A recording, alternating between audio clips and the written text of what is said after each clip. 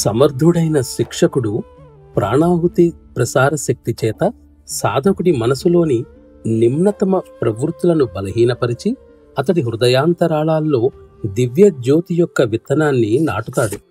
ఈ ప్రక్రియలో శిక్షకుడు తన సంకల్ప బలాన్ని ఉపయోగిస్తాడు. ఆ సంకల్ప బలం ఆ అనంత దివ్యత్వాన్నే ఆయన వెనక కలిగి ఉంటుంది. ఆ అనంత దివ్యత్వం యొక్క స్పృహ ఆయనకి ఉంటుంది. దానిని ఆయన తన సత్సంకల్పం అనే కటకం ద్వారా సాధకుడి హృదయం మీద కేంద్రీకరించుతారు.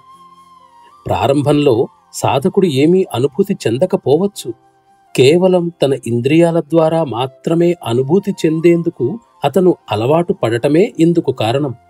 కొంతకాలం తర్వాత అట్టి ప్రాణాహుతి ఫలితాలను, అది కూడా అతని ప్రాణప్రదమైన భాగాల పనితీరులోనూ అతని మనోప్రవృత్తుల పనితీరులోనూ సూక్ష్మమైన మార్పుల రూపంలో అతడు అనుభూతిని చెందవచ్చు.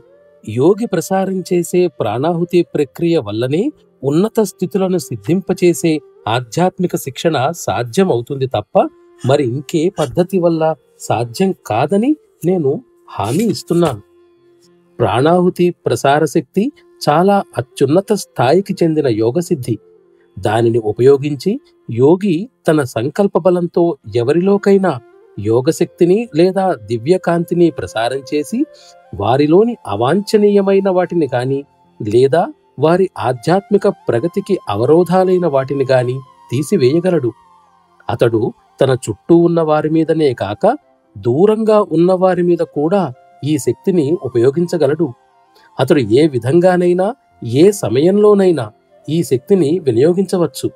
ఈ శక్తి మీద పూర్తి నియంత్రణ కలవాడు ఒక్క చూపుతోనే అభ్యాసి యొక్క ప్రస్తుత మనోస్థితి కంటే ఎంతో ఉన్నతమైన మనోస్థితిని తాత్కాలికంగానైనా గాని శాశ్వతంగానైనా గాని కలుగ చేయగలడు.